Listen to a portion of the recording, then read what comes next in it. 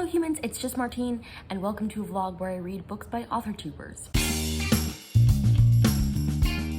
Today I'm going to be reading 3 books by authortubers, specifically self-published authortubers. I'm going to be reading from Sarah Sutton, Katie Wismer, and Becca C. Smith. And in that order, I'm reading What Are Friends For?, The AntiVirginity Pact, and Riser. Let's get into it. All right, so the first book I'm reading for this challenge is What Are Friends For? By Sarah Sutton. And I've been really interested in reading her books for a long time, well, since I discovered her channel, because I love fluffy YA contemporaries. Like, Sarah Dussin books are some of my favorite things. And it has been such a long time since I have been so stressed out by one of these books. I'm losing my mind a little. I'm 40% of the way into this book, and I think this was her first book, and the trope she picked for this one is friends to lovers, which if you've been around here for any length of time, you know is like my favorite.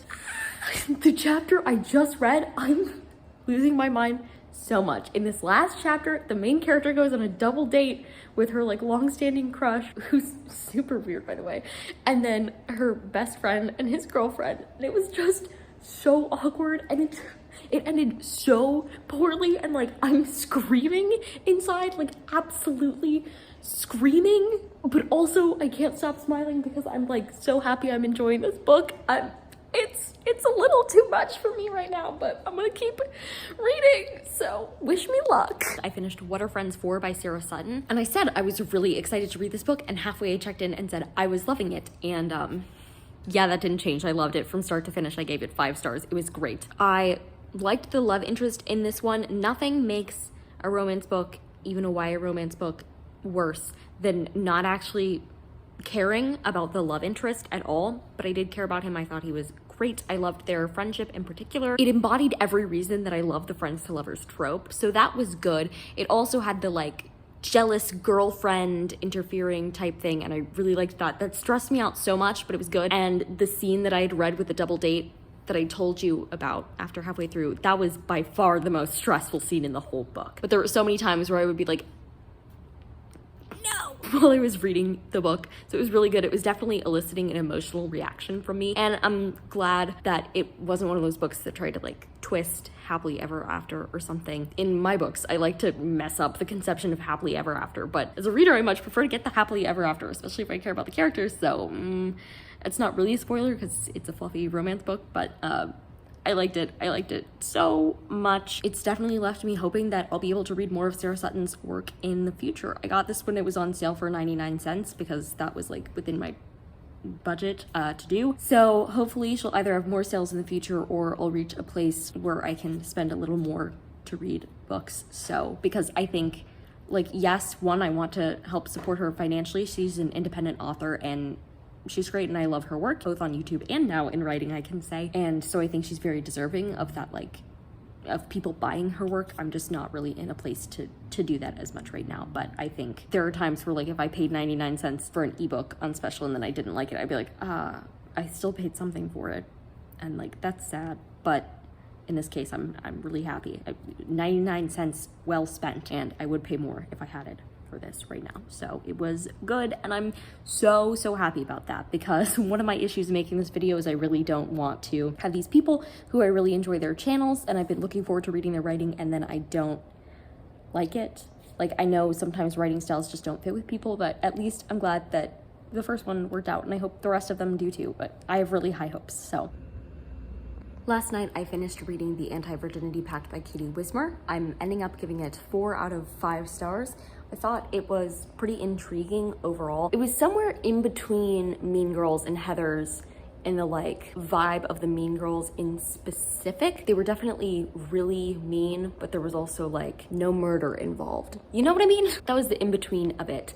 But this book is about a girl who one night when she's drunk makes this stupid pact with her best friend that by the end of senior year they'll do all these things. That includes losing their virginity, and this is a really big deal for this main character because she's definitely grown up in purity culture. Her dad is a pastor and her family is very religious, like the type of religious where like when you do something wrong they're going to quote Bible verses at you. And this book took a look at that and how uncomfortable and extreme it can be and how much of an impact that has on like a teenager's mental health, especially with the different things happening in her life. Definitely check the trigger warnings for reading this if you have any that you're on the lookout for, because I don't want to like spoil anything, but on Katie Wismer's website she always lists them, so if you need them, like go look for them, because it's a very, very, very dark book, I will say that, and lots of really terrible stuff happens to the main character. I did like the element.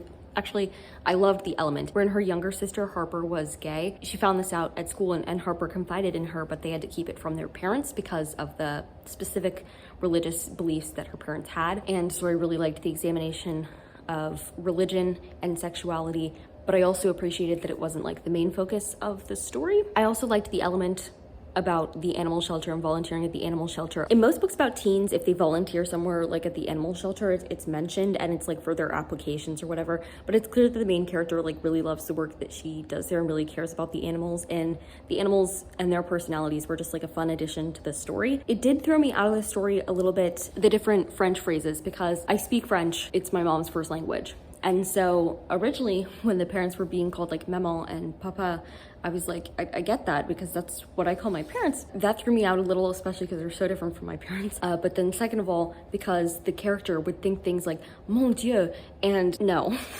In my experience, yeah, I will switch to French for some things, but mon Dieu is just like it's such a dramatic leap for me. So that kind of pulled me out of it. But overall, I really enjoyed it. I thought the characters were all really well-rounded. I liked the main love interest, Sam. I know she has a companion novel to this, The Anti-Relationship Year, that follows this main character's best friend, who like played a large role in this book, obviously, because they signed the pact together. But I would be interested if Katie ever decided to write more about Sam, because I thought Sam was a really interesting character, especially at the end we learned a lot about him, so I'd be very open to that. I do want to read The Anti-Relationship Year, especially because like I think I'll probably really love it. Like I like Jo's character in general. That book has like a lot of my favorite tropes. But for right now, this was a good introduction to her work and I'm glad I got to read it. Oh no, I read my final book for this challenge and I feel really bad about it. Started off strong, gave What Are Friends 4 5 stars. Kept on being strong, gave the Anti-Virginity Pact 4 stars. Most of the time that I was reading Riser by Becca C. Smith, I thought I would give it a 3 stars. I ended up giving it a 2 stars. It reads really young YA, in my opinion. It's entirely too long, and I'm not sure if I really loved the concept of it anyway. It's about this girl who can like not bring the dead back to life, but control the dead.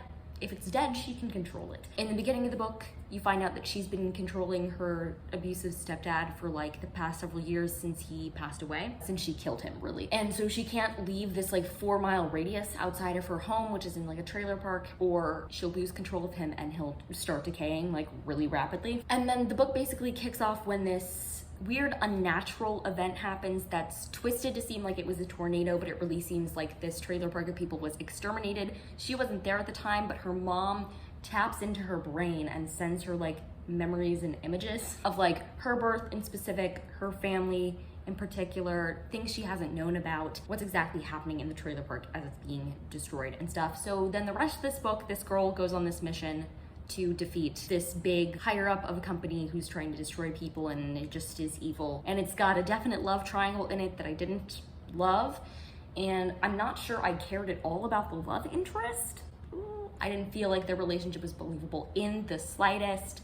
I did like the main character's best friends though. I appreciated how like supportive of her they were. It was interesting because it's set like 100 years in the future or maybe more. And I thought Becca C. Smith had like an interesting take on that. There was this unfortunate sentence where she was like, in the year 2020, we eradicated all natural causes of death. And I was like, ooh, that sentence didn't age well because like this is it's a couple years old, this book. So anyway, I was like, that's really unfortunate because that's not what we spent 2020 doing. And it was also like, because we had vaccines to prevent the disease. It was just a whole like, oh my God, brain exploding big moment for me. The book was way too long for my taste. The chapters, oh my God, there were only like 7 chapters in this book and it was almost a 400-page book. The chapters were entirely too long. Like I read pretty quickly. A chapter would be like 45 minutes long for me. That's way too long of a chapter. I was losing my mind a little bit. I think the premise is interesting. I think this definitely has an audience out there. Unfortunately, that audience is not me. I'm totally open to reading more of Becca C. Smith's works in the future. This is just the one that I could get my hands on for free, there's probably one of hers that like fits my reading taste a bit better maybe, or if I go in knowing that she writes a younger YA type of voice, it's good to go in knowing those types of things. There have been other people who've reviewed it and loved it. Some people have reviewed it, had my same feelings, so I obviously have no idea where like you'd land if you're interested, but on her website, she does have a link for you to get this for free. So if you're at all interested in reading her work, or you're specifically interested in this book, maybe go check that out. Overall, I think this experiment went so well, and I'm so pleased about that. I came into this hoping against hope that I would have some amazing reads, because I obviously don't want to like read people's work and then be like, it's not good. I loved this experiment so much. This is one of my favorites of these secret TBRs to work on, because it was just such a joy to see people whose like videos I watch all the time have like exceptional writing and continue their journey. Since the end of this, I've also downloaded one other of Sarah Sutton's books, and I'm thinking about downloading more from both her and Katie Wismer. At this time, they both write more in genres that like I like, or at least their backlist is in those. But I still had a pretty okay time reading Becca C. Smith's work. I do watch her videos less though, so in general, I think her style is a little different than my tastes, but it was still a good time overall. If you like this video, go ahead and give it a big thumbs up and comment down below. Do you watch any authortubers who are published in any way? Do you watch more self-published authors, traditionally published authors? And subscribe for more reading, writing, and college lifestyle content. And until next time, bye humans, bye!